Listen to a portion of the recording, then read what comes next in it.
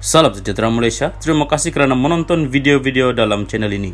Sebelum kita mula, jangan lupa untuk tekan tombol subscribe, share, like dan komen. Let's go! Salam sejahtera dan selamat petang. Berita terkini panas lagi panas. 4 kerusi Parlimen Sabah perlu dikosongkan, kata Peguam PN. Berita penuh. Seorang peguam Perikatan Nasional PN berpandangan kerusi Parlimen dimenangi 4 wakil rakyat Sabah dalam pilihan raya umum ke-15 perlu dikosongkan selepas mereka mengumumkan keluar daripada Bersatu semalam. Ia susulan polemik mengenai status 4 ahli Parlimen itu yang bertanding dalam PRU15 atas tiket Gabungan Rakyat Sabah GRS namun menjadi ahli Bersatu.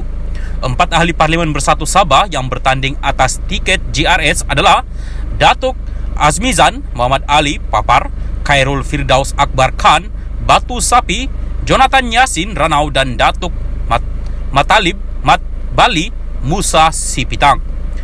Ketua Pasukan Undang-Undang Bilik Gerakan Utama Perikatan Nasional PN Wan Rohimi Wan Daud berpandangan tindakan ke-44 ahli Parlimen itu memenuhi syarat yang diperuntukkan perkara 49E Perlembagaan Persekutuan. Berdasarkan peruntukan itu, katanya 4 wakil rakyat berkenaan perlu mengosongkan kerusi Parlimen masing-masing kerana pembabitan mereka dalam GRS turut tergugur apabila mengumumkan keluar daripada Bersatu. Apabila 4 ahli Parlimen ini mengisytiharkan keluar Bersatu, mereka bukan lagi ahli kepada mana-mana komponen parti dalam GRS. Pada peringkat itu, mereka secara automatik bukan lagi ahli kepada gabungan GRS kerana telah memutuskan talian keahlian melalui parti komponen Bersatu. Mereka tidak boleh mengatakan keluar Bersatu tetapi kekal dalam GRS kerana keahlian mereka dalam GRS bersifat by extension atau atas keanggotaan mereka sebagai ahli Bersatu. Berhenti daripada menjadi ahli Bersatu, maka secara jelasnya mereka turut berhenti daripada menjadi ahli gabungan GRS. Justru operasi undang-undang berkaitan peruntukan perkara 49E-1-E-I adalah terpakai ke atas 4 ahli Parlimen ini.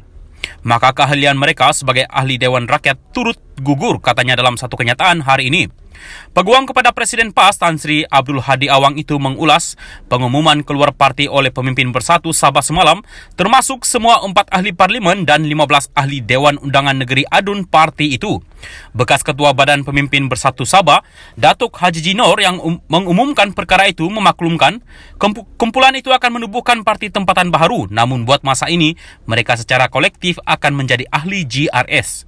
Terdahulu BH yang memetik Ketua Kluster Governance, Perundangan dan Pengurusan Majlis Profesor Negara, Profesor Dr. Nik Ahmad Kamal Nik Mohamad, berpandangan status 4 ahli Parlimen dan 15 adun itu tidak gugur dan tidak perlu mengosongkan kursi yang disandang.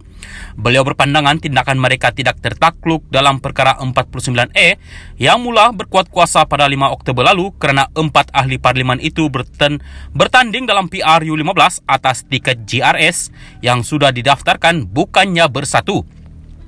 Katanya kedudukan 16 adun juga tidak terkesan memandangkan enactment khususnya berkenaan larangan bertukar parti belum diwartah untuk dikuatkuasakan di Sabah. Mengulas lanjut, Wan Rohimi yang juga pengurusi Lajna Undang-Undang dan Hak Asasi Manusia, LUHAM, PAS Pusat berkata, keanggotaan 4 wakil rakyat Sabah itu bukan secara langsung dengan GRS, sebaliknya menerusi Bersatu. Artinya, status mereka sebagai ahli Parlimen GRS adalah bersyarat selagi mana mereka mengekalkan keahlian dalam Bersatu, katanya. Salam sejahtera dan selamat petang. Berita terkini panas lagi panas. 4 kerusi Parlimen Sabah perlu dikosongkan, kata Peguam PN. Berita penuh. Seorang peguam Perikatan Nasional PN berpandangan kerusi Parlimen dimenangi 4 wakil rakyat Sabah dalam pilihan raya umum ke-15 perlu dikosongkan selepas mereka mengumumkan keluar daripada Bersatu semalam.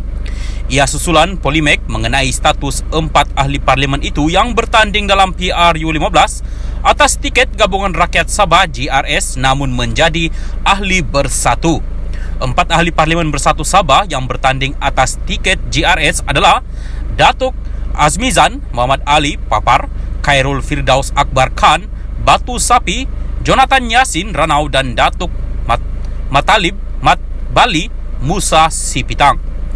Ketua Pasukan Undang-Undang Bilik Gerakan Utama Perikatan Nasional PN, Wan Rohimi Wan Daud berpandangan tindakan keempat-empat ahli parlimen itu memenuhi syarat yang diperuntukkan perkara 49E Perlembagaan Persekutuan.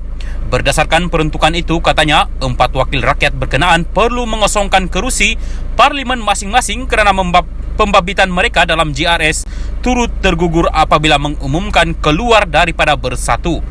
Apabila 4 ahli parlimen ini mengisytiharkan keluar bersatu, mereka bukan lagi ahli kepada mana-mana komponen parti dalam GRS. Pada peringkat itu, mereka secara automatik bukan lagi ahli kepada gabungan GRS kerana telah memutuskan talian keahlian melalui parti komponen bersatu. Mereka tidak boleh mengatakan keluar bersatu tetapi kekal dalam GRS kerana keahlian mereka dalam GRS bersifat by extension atau atas keanggotaan mereka sebagai ahli bersatu. Berhenti daripada menjadi ahli bersatu, maka secara jelasnya mereka turut berhenti daripada menjadi ahli gabungan GRS.